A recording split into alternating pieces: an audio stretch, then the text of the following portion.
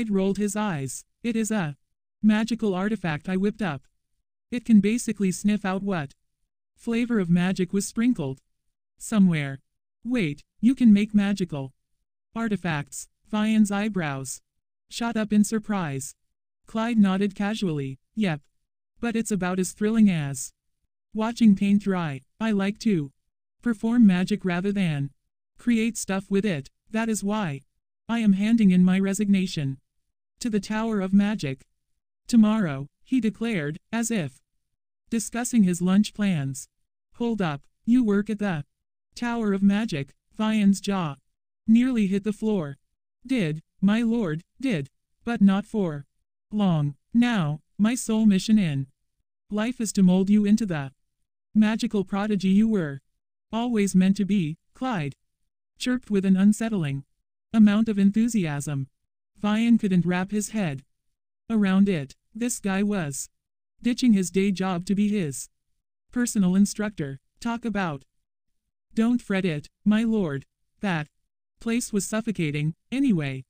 I prefer the serene life of a mentor, Clyde cut in, brushing off any sense of guilt Vyan might have felt.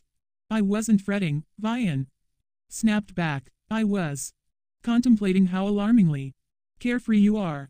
Clyde chuckled, clearly not catching Vyan's drift. Well, thanks for the backhanded compliment. It wasn't a compliment, not even backhanded, Vyan retorted. It was more like an observation of your lack of adulting skills. Honestly, I even find it hard to believe that you had a job to begin with. Clyde gasped. What? That's so offensive. Did you think I was a lazy bum who mooched off of his father? Yes, Vyan responded in a heartbeat. Clyde dramatically placed a hand on his chest, gasping louder this time. I am so offended. Good, that was my intention. Vyan suppressed his urge to chuckle at Clyde's puppy-like withered expressions. But the next moment, Clyde perked up again like a bundle of sunshine and steered the conversation elsewhere. My lord, you never asked me about my inherent magic. Go on. Guess. Vyan shot him a glare. I would have, but now I am reconsidering. Ah, come on, don't be a spoil sport. Ask me. Clyde nudged, undeterred. Fine, what's your inherent magic, then? Vyan relented. With a mischievous grin, Clyde waved his hand, and Vyan was suddenly swept off his feet by a gust of wind. Take a wild guess now, Clyde teased, and Vyan concluded in his mind that this man was like a tornado, literally. Wind magic. Got it. Now, kindly put me down, Vyan grumbled, thoroughly unimpressed. Nope, allow me to give you the grand tour of the manor, all while carrying you like royalty. I can't have my lord breaking a sweat. Clyde beamed, his enthusiasm bouncing off the walls. I have feet, I can walk. No, no, my lord. My father drilled it into me, you know. Don't let Lord Vyan tire himself out. I highly doubt he meant for you to hoist me around like a sack of potatoes. Vyan shot back, trying to maintain some semblance of dignity. Oh, speaking of which, I have been snooping around in your life's file. Former knight of House Estelle, weren't you? Clyde interrupted, his curiosity practically oozing out of him. I bet you were a real shining star on the battlefield, huh? Vyan's expression turned to stone. You couldn't be more wrong. I was about as useful as a one-legged man in a marathon. Clyde caught the shift in mood and decided to lighten things up by giving Vyan an impromptu spin through the air, much to Vyan's dismay. Hey, put me down. I am not auditioning for a circus monkey, Vyan yelled, his protests falling on deaf ears. Relax, my lord, Clyde reassured him with a grin. Swords weren't your thing. Anyway, your hands were meant for weaving magic, not swinging metal. Trust that. Clyde Jace Magnus recognizes a gem when he sees one. You are destined for greatness as a mage, and I give you my word for it. At first, Vyan retreated into his shell, reverting to his old timid self, but then, a fire ignited in his eyes. You know what? You were right. I will be the mage this empire never saw coming. That's the spirit, Clyde cheered, pumping his fist in the air. From that moment on, Vyan resolved to walk with his head held high, no more playing small. If arrogance was half of what made a nobility, then that's what he would build on. He was going to master such high levels of skill that his confidence would be called arrogance by his enemies. This was another one of his declarations to the world. Here, wear this cloak, master, Benedict insisted, handing Vyan a sleek black number with a hood. You cannot be too careful, especially in the capital. Right, because nothing screams inconspicuous like a hooded cloak, Vyan quipped, slipping into the cloak before stepping out of the carriage. I can't forget I am a fugitive, and nobody would care about that if they find out you are the heir to the Grand Duke. Benedict fretted, trailing behind Vyan like a worried hen. I told you I could handle this alone. There is no need for you to risk tagging along. But I need to see the aftermath of my little magic show. I didn't get a chance to take a bow, Vyan reasoned, his curiosity getting the better of him. Curiosity killed the cat. Master, Benedict muttered, shaking his head. Vyan paid him no mind as he hustled towards the marketplace. Sure enough, the entire area was cordoned off, with folks outside gossiping like a gaggle of geese. I bet it was an explosion. An explosion, please, that is so cliché. How can a simple explosion blow up everything so neatly within 500-meter radius? This has got dark magic written all over it. It must be some witch. Vyan's eyes widened at the speculation. His magical outburst had caused all this destruction, or was it some dormant destructive magic unleashing for the first time? Either way, he missed a golden opportunity to obliterate Estelle Manor. It looks more like cursed energy to me, someone piped up. Vyan's heart skipped a beat at the mention of cursed energy. He had been so caught up in two possible outcomes that he hadn't considered a third, a game changer that could make everything he had done pointless. Master, are you still with us? Benedict's voice cut through Vyan's swirling thoughts. Vyan shook his head, trying to shake off the mental fog. Yeah, I am here, he mumbled, regaining focus. Should we head to the center of it? Benedict suggested, his tone cautious.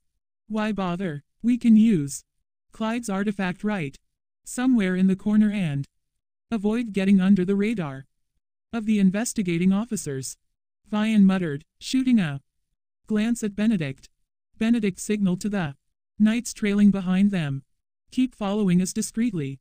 Sneaking past the investigation tape, they approached the blast's edge, where the once vibrant marketplace now resembled a scene from an apocalypse drama. Vyan shuddered at the desolate sight but shook it off, brandishing Clyde's magical gizmo like a detective on a mission. Clyde had wanted to tag along, but duty called. He had a resignation letter to hand in at the Tower of Magic. Following Clyde's instructions, Vyan planted them on a detector and held his breath, bracing for the worst.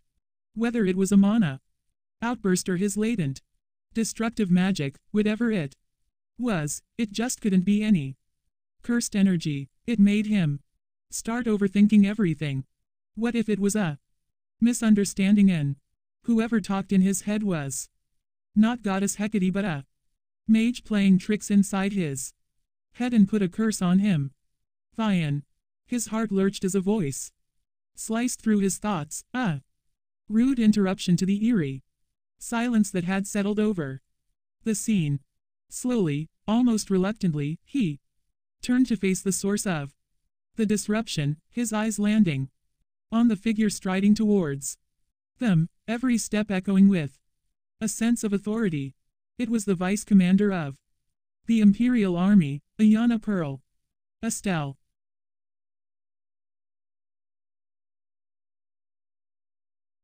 "11. Bow down peasants." Vibe. Vyan felt a twinge of nausea as Lyana walked closer. Her approach felt like a horror dream where the monster always knew where to find you. Her hair, brighter than a freshly polished silver trophy, was tied into a bun so perfect that not a single hair was sticking out, while her uniform could have been ironed on the battlefield by a drill sergeant with allergy to wrinkles. This was his first time seeing her after that night, so he braced himself for the impending confrontation. "You didn't answer me. What are you doing here?" Lyana demanded, her face an unreadable mask. It was as if her emotions were on vacation, leaving behind a sign that read, "Gone fishing, back never." As Vyan tried to come up with a suitable defiant response, she beat him to it. "You didn't come here to talk to me, did you?" she asked. Vyan scoffed, his bravado barely masking the fear swirling in his gut. "Oh, definitely not. After what you did to me, my desire to talk with you ranks somewhere between falling off a cliff and burning myself to death." "Right, you mentioned how much you hate me." Vyan bristled. "You act as if you didn't do anything to deserve that hatred." "Pray tell what I did." Her response was a masterclass in passive aggressiveness. It was like being stabbed with icicles made of disdain.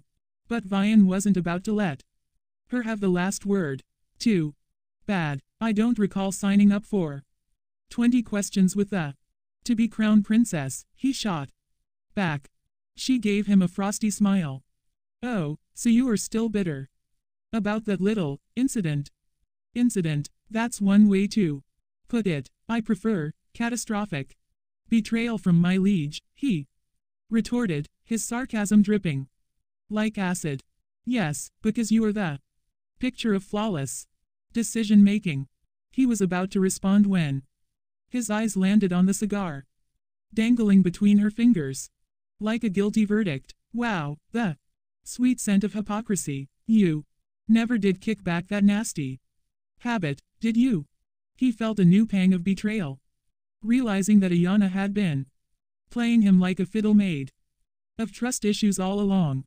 How could she have lied about something as important as quitting smoking?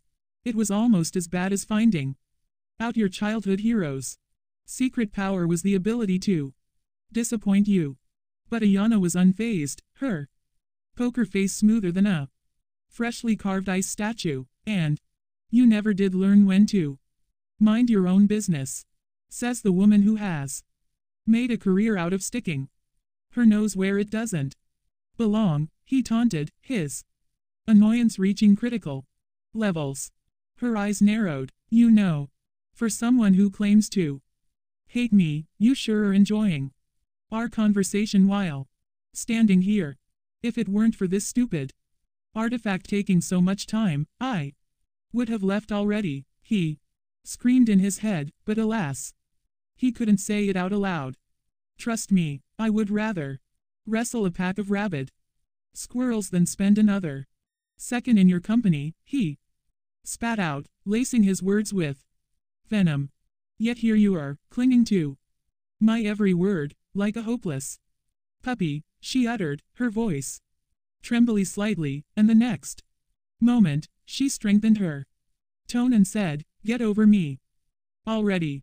"Oh, I am already over you," he jeered, "and believe me, the only thing I am clinging to is the hope that one day, justice will finally catch up with you." Lyana. "So you are now addressing me by name," she remarked, her tone full of disbelief. "You are finally showing your true Colors. I have been following in my former master's footsteps. After all, he shrugged, feigning nonchalance. She scowled. Anyway, will you just tell me what exactly are you doing here, even trying to find your spine, perhaps? Especially after you cowardly ran away from our cell. Vyan's jaw clenched so hard it was a wonder his teeth didn't shatter. I am here for business. Unlike some people I know, who seem to have mistaken this place for their personal smoking lounge.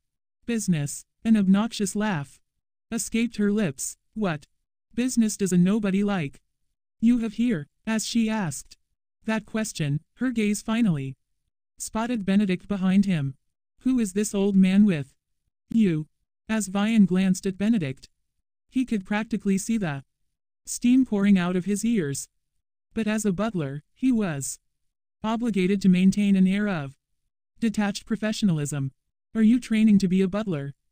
Vyan, she added. Good career move. Running errands always suited you. Vyan's frustration bubbled like a cauldron about to boil over. And his rational side of the brain screamed, don't say it. Don't say it. Don't say it. He is my butler, he confessed. Through gritted teeth, Lyana erupted into laughter, her hand landing patronizingly on his shoulder. Oh, Vyan, you are going to slay me with your jokes. Stop right there. You are being stupid. Don't say it. His rational side continued to shout, but he was too blinded by anger. It's not a joke. I am a member of the Ashstone family. She laughed even harder, her eyes never meeting his, oblivious to the storm brewing within him. Oh, my sweet idiot, the entire Ashstone family died 15 years ago. You must have missed the news. I knew Lyana would not believe me, he reasoned with himself. But in a way it was all right. She may not believe it, but was there really anything she could do if it was the truth that he was the heir to the Ashstones? It would be fun if she learned it later on from another source, and regretted not believing him right this moment. He liked to think that would be more satisfying than her believing him right away. How desperate can you get? She mocked. But seriously, was that really the woman he had once loved? She was more repulsive than a moldy sandwich left in the sun too long. Well, it has been a joy seeing you, Vyan. I am glad you are still kicking, Lyana said, reaching for his cheek with a mocking smile. He swatted her hand away like it was a fly, not even dignifying her with a glance. I will catch you on the flip side, my dear Ashstone. But you might want to get out of here before my colleagues arrive. They might have your warrant. Wouldn't want you going back into the cell, she taunted before sauntering off with a condescending chuckle. Vyan's urge to stomp on something nearly overwhelming. But then, just as he was about to unleash his frustration on the nearby artifact, it buzzed with the unmistakable presence of mana. Some magical words appeared on its scale that Vyan was unable to read, and so was Benedict, neither of them educated in the language of mages. Only Clyde would be able to tell. Speaking of Clyde, Vyan had a bone to pick with him. Because of his stupid errand, Vyan bumped into this abomination called Lyana, and now, his entire week was ruined.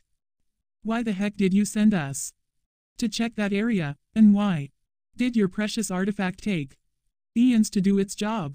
Vyan exploded. First off, I never asked you to play tag along with Benedict.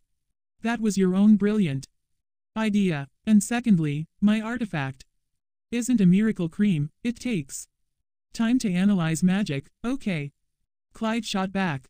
No way. Your gadget is as useful as a waterproof teabag. Mark my words, Vyan retorted.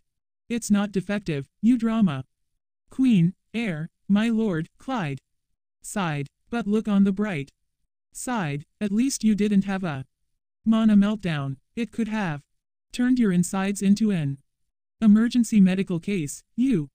No, instead, you just unleashed the most dangerous magical ability in your family's arsenal. Right, destructive magic. Why?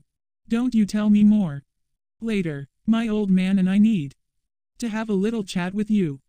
Before the tutors start swarming in like bees too. Honey. With that, Clyde steered Vyan towards the hall room. As Lincoln greeted Vyan with all the warmth of a snowman in summer, they dove headfirst into business talk, bombarding Vyan's poor brain with so much information, it felt like a balloon about to pop at any moment. What? I need to learn how to walk. Vyan gawked at the two men like they had just suggested he learn how to breathe underwater. Yes, my lord, Lincoln admitted sheepishly, his grin suggesting he found the whole situation rather amusing. Seriously, you're telling a 20-year-old he needs a tutorial on putting one foot in front of the other? Vyan's incredulity practically dripped from his words. You see, there's a certain finesse to noble walking, Clyde chimed in, painted with melodrama. But fear not, my lord, you already have got a certain rugged charm to your stride. However, we are aiming for more of a bow-down peasant's vibe. Got it? This is beyond absurd, Vyan groaned, dramatically flopping back onto the couch. And lounging like that is precisely what you cannot do, Clyde added, with a disapproving sniff. Posture. My lord, posture. Vyan sat up straighter. I had no idea nobility came with a manual. Oh, there's a whole book of rules waiting to crush your spirit. Clyde grinned, the glint in his eyes rivaling that of a mischief-making imp. You will absolutely loathe it. Why do I feel like you are making it 10 times harder than it needs to be? Vyan narrowed his eyes at the gray-haired troublemaker. I would never dream of it, my lord, Clyde replied, his innocence about as convincing as a fox in a henhouse.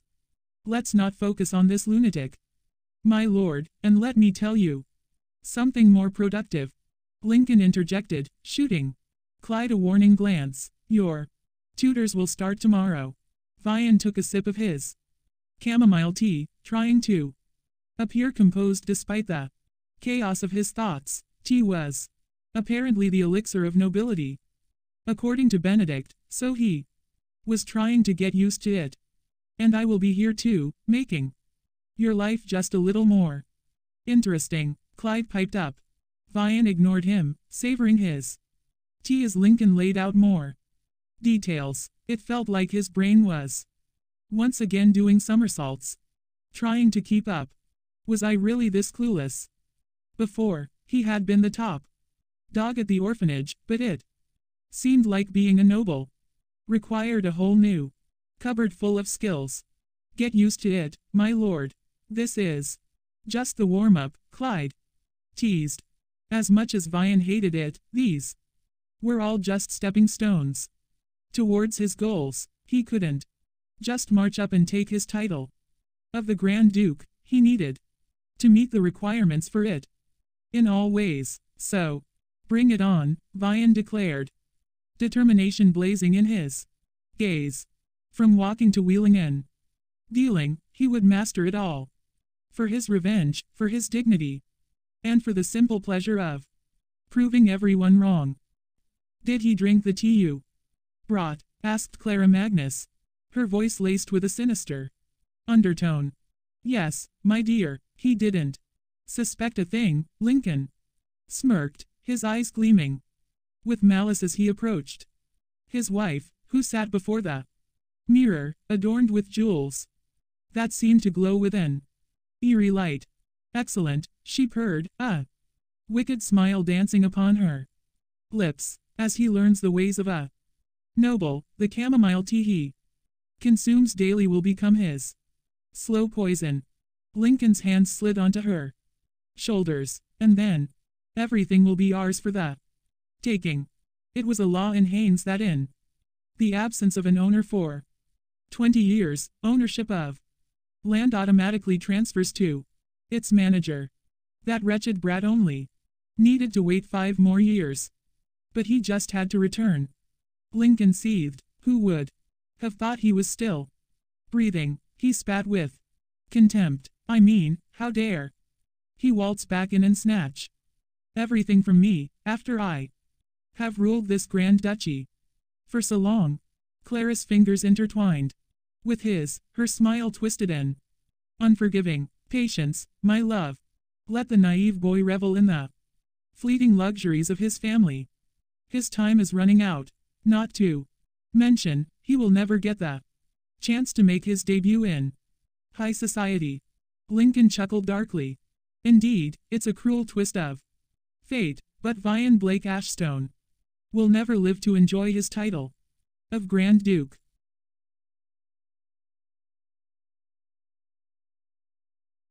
12 Teleportation. Gone wrong. 2 months later. My lord, you are like a majestic swan on the dance floor, Clyde praised with an excited grin. Vyan rolled his eyes at the comparison.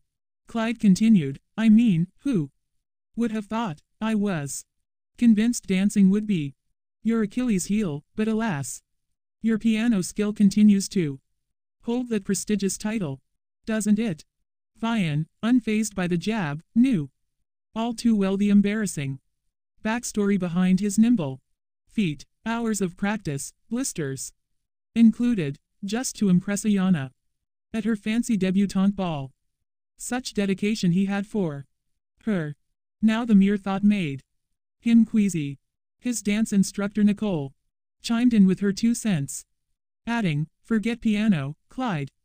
Lord Vyan could charm the socks off anyone with those dance moves alone. I am already plotting how to swoon him off his feet myself. Too bad he holds no interest in me. Viscountess Ellen, you are a married woman, though. Vyan attempted to reason, only to be cut off by Clyde. Nicole, doesn't dancing remind you of something else? A special celebration? Clyde's eyes were twinkling with mischief. It does. You are absolutely right, Nicole agreed, matching his enthusiasm.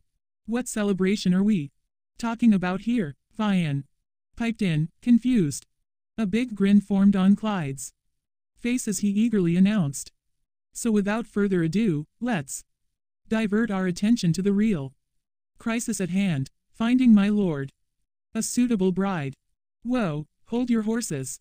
I am not signing up for the ball and chain just yet.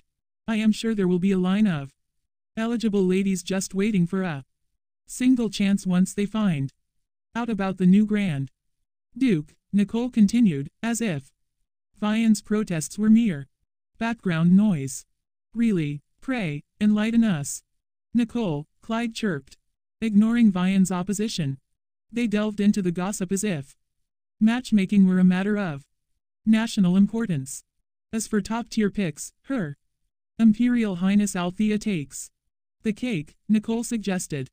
Though her stock took a nosedive when someone had the audacity to call her too old at the last debutante ball. She is being called ancient at the ripe old age of 22. Too old, that's totally preposterous, Clyde scoffed. How can somebody be called old at such a young age? She still has her whole life ahead.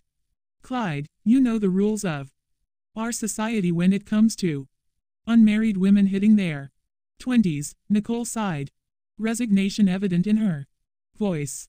Bullshit rules, Clyde frowned. Nicole waved her hands theatrically, banishing the gloom from the conversation. Enough of that, though. Let's talk about other prospects, she declared. Someone like Lady Lyana would have been a perfect match for Lord Vyan. She is ripe for the picking, but alas, she is snagged by the Crown Prince. Suddenly, a chill ran down her spine as she felt a death stare boring into her, swiveling her head. She met Vyan's fiery glare. And she almost gasped in fear. Sensing the danger, Clyde swooped in. Nicole, let's aim higher, shall we? How about some duchesses' daughters are even more princesses? No need to fuss over a measly marquess daughter. What about Princess Maria from Haberland? She is on the wedding market, isn't she? Yes, yes, Princess Maria is indeed in the market for a lucky suitor. Nicole hurriedly picked up the thread, shooting apologetic glances at Vyan. Meanwhile, Clyde spared a worried glance at Vyan, knowing full well about his heartbreak over Lyana. Though Vyan kept mum about his romantic feelings, it did not take a genius to connect the dots. That's why Clyde had kept quiet about Lyana's engagement with Prince Easton that took place about 2 weeks ago, ensuring no one in the manor let it slip in front of Vyan. Unfortunately, Nicole, this being her first visit as a dance tutor, had blundered in. Now, as Clyde had feared, Vyan seemed distant. Clyde couldn't afford any distractions. He had to bring Vyan out of his trance.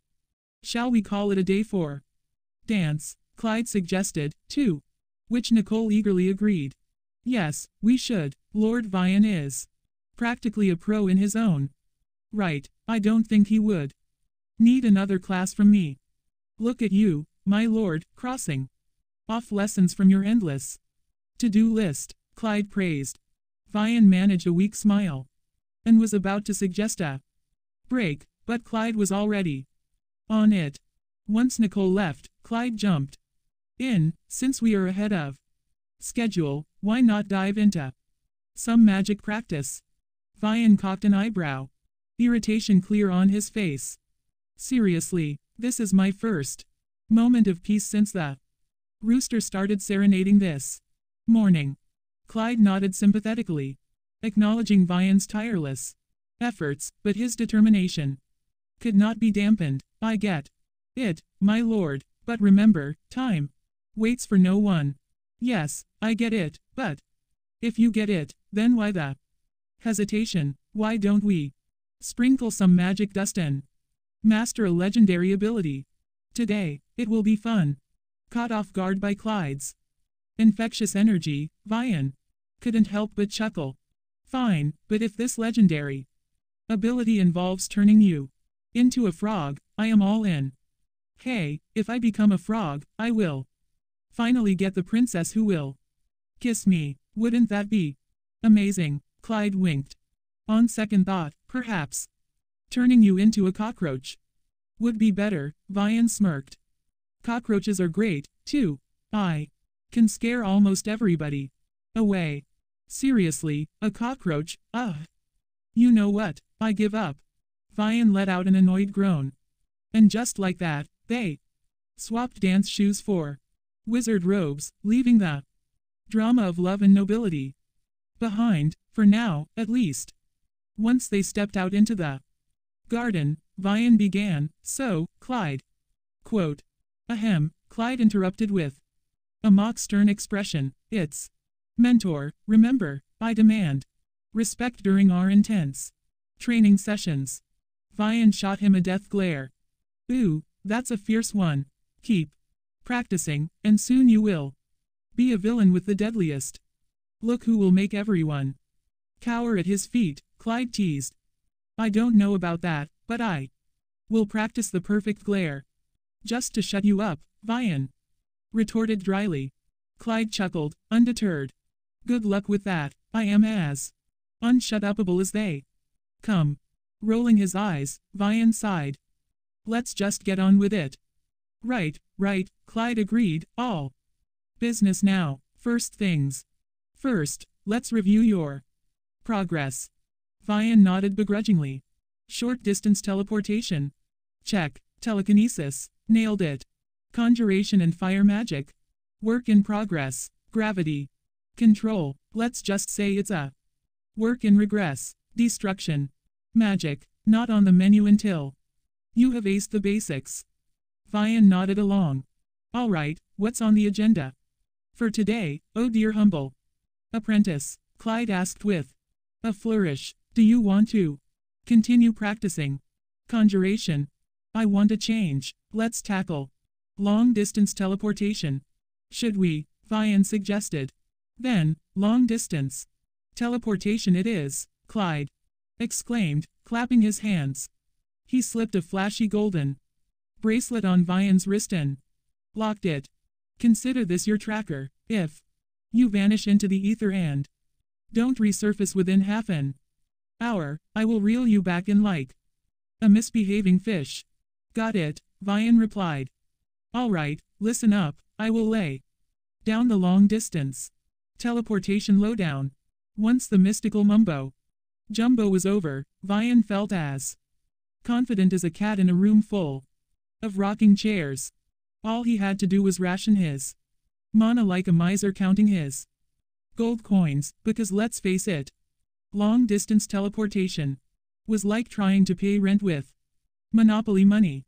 Picture your dream destination, for example, Ganlop, Micah, Cresus. Do you prefer cold places or warm places? You know what, that doesn't matter. Heck, just steer clear of the Empire border, my lord, Clyde cautioned, as if Vyan was about to take a joyride through a magical minefield. A favorite place, huh? Vyan closed his eyes, delving into his mana reserves like a wizard searching for loose change in his spell pouch. He couldn't particularly think of a spot he wanted to go to at the moment. She is snagged by the crown prince. A zap shot through his body, and when he blinked back into consciousness, he found himself in a strangely familiar room.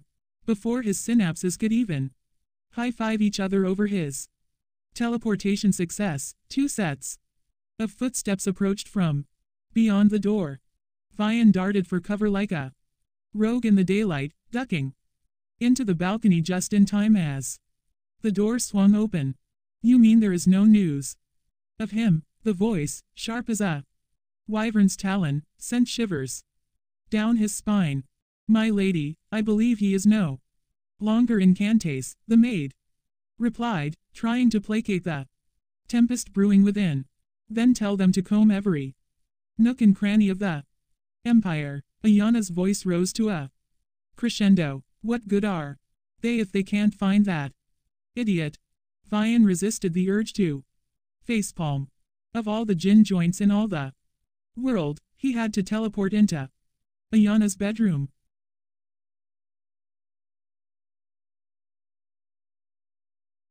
Rain down. Curses. My lady, why on earth are you still chasing after that lost cuz? Questioned Ayana's personal maid, Cassie, with a raised eyebrow with genuine curiosity. Ayana glanced at her own reflection in the mirror and muttered, why indeed, her violet eyes seemed to be in a trance. Meanwhile, Vyan was in a magical pickle, having splurged his mana like it was a Black Friday discount. For sure, he needed to redo mana management 101 after this stupid mistake. Now, the only hope was Clyde would summon him back before he had to resort to hitchhiking with enchanted broomsticks to escape this cursed place. Because that idiot has no clue about how things work around the real world. He is practically setting himself up to be kidnapped by human traffickers. He wasn't paying attention to the latest conversation until that certain word snagged his interest.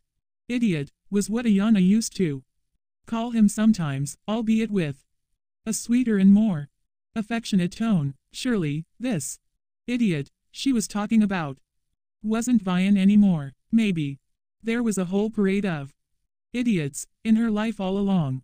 She was most likely up to ruin their lives as well now.